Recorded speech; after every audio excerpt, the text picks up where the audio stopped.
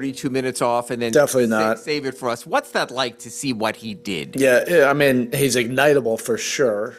And to the average fan out there, that is not easy to do what he did or what Gabe did tonight, where you don't play in the first half and then all of a sudden, you get your number gets called. But that's what makes them, who they are. They constantly prepare. They stay mentally engaged.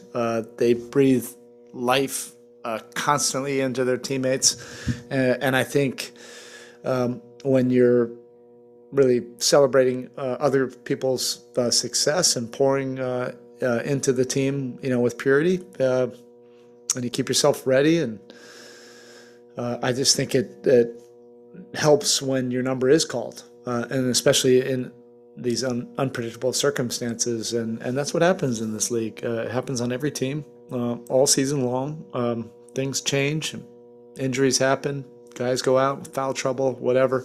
Are you mentally engaged and ready, for that opportunity? And both those guys were, and Max was just tremendous. On both ends of the court. He was physical on the defensive side, took a great charge, but he was there on the glass. He was also just putting bodies on guys when we were switching. And then, the ignitability part of it is just really unique. He hits 2, he feels like he hit 10. And then everybody was looking for him, and he just made some really nice plays offensively. With Tyler, we've talked about it a lot this season, but his second quarter, how much did his shot creation, his scoring kind of lift the offense there? Yeah, it was really important, even there at the end. They flattened us out, which, every team can do that. You get down to at the end of games, the last 4 or 5 minutes of close games, it really becomes, dependent on your guys to be able to make plays. And Tyler can create things out of nothing, where they flatten you out and you just have to have somebody that can create a shot and get a high-quality, efficient-looking shot. And Tyler can do that at all 3 levels. And he did it, in the final stretch. He got a layup, he got a pull-up jumper, and he got a 3. And some free throws. So he basically did it at all 4 levels. And that's what makes him really unique and special. With those free throws, his free throw rate has been spiking over the last month or 2 months. Is there anything you can attribute to what? Yeah, it's a lot of different factors. It's, reading the defenses better. It was the summer of work, in the weight room to be able to handle a little bit more contact. It's his skill level also to be able to get to where he wants to go. And a lot of times if you can get to spots, the defense, if they're out of position, will foul. And I think his skill level is putting him in those positions more.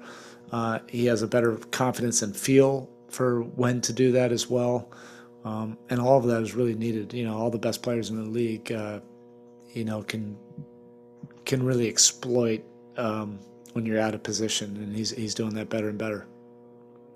And then it was a little weird tonight with Jimmy going out and then Bam's foul trouble, but you did end up using some lineups because of Vic and Keith's return that haven't played together this year. Yeah. It's kind of late in the year to be doing that under normal circumstances, but is that just kind of the I feel like right this now? is our normal. Yeah.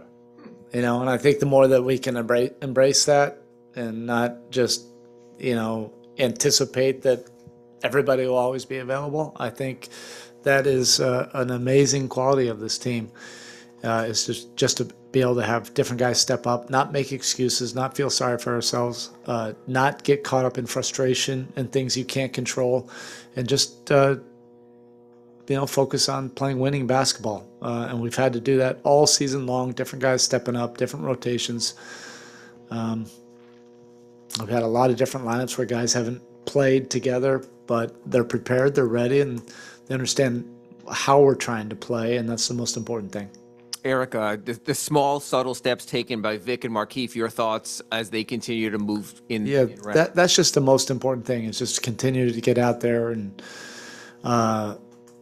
get in a better feel, a better rhythm of how to contribute and how to help us,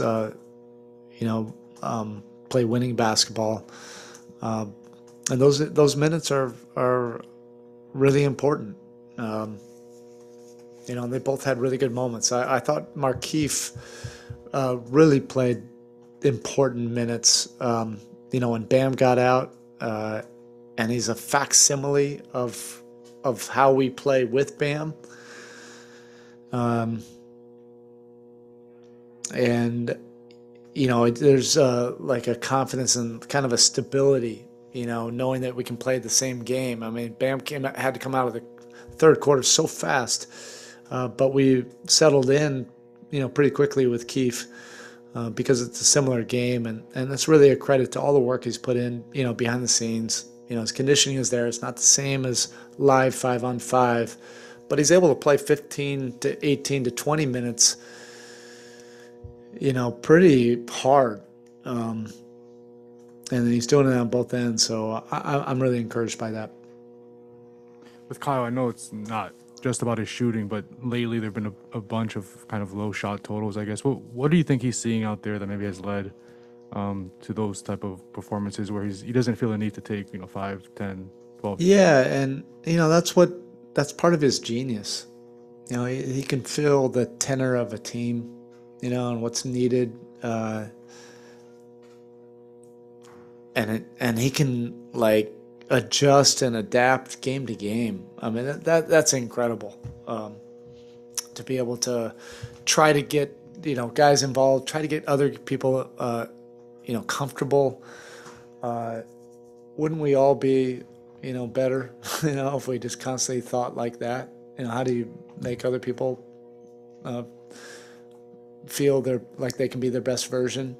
But he also has proven over the course of his decorated career that, when you really need him just to be more assertive and be more aggressive and shoot more, he will. But it's not something where he's, predetermining that coming into a game. It's based on, a lot of different factors. You mentioned Markieff plugging into the Bam role. You went to the PJ Markieff combo there that produced really good minutes. Just what do you think of that type of combo, the spacing and the versatility defensively? I'm interested in it for sure. No, I am.